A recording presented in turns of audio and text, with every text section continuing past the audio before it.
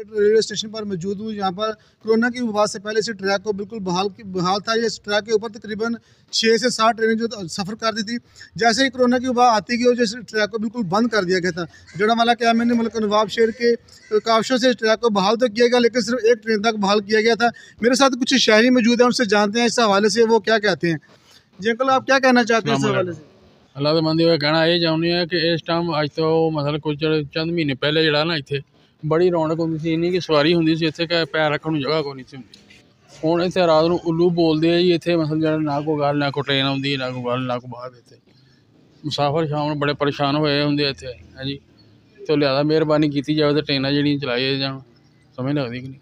जी बिल्कुल, शहरियों का यही कहना है इस ट्रैक को बहाल किया जाए। मुसाफिरों को सफ़र करने में इंतहाई परेशानी का सामना है। जैसे ही महंगाई बढ़ती जा रही है और लोगों के पास इतना किराया नहीं है कि बसों और वैगनों के सफ़र कर सकें।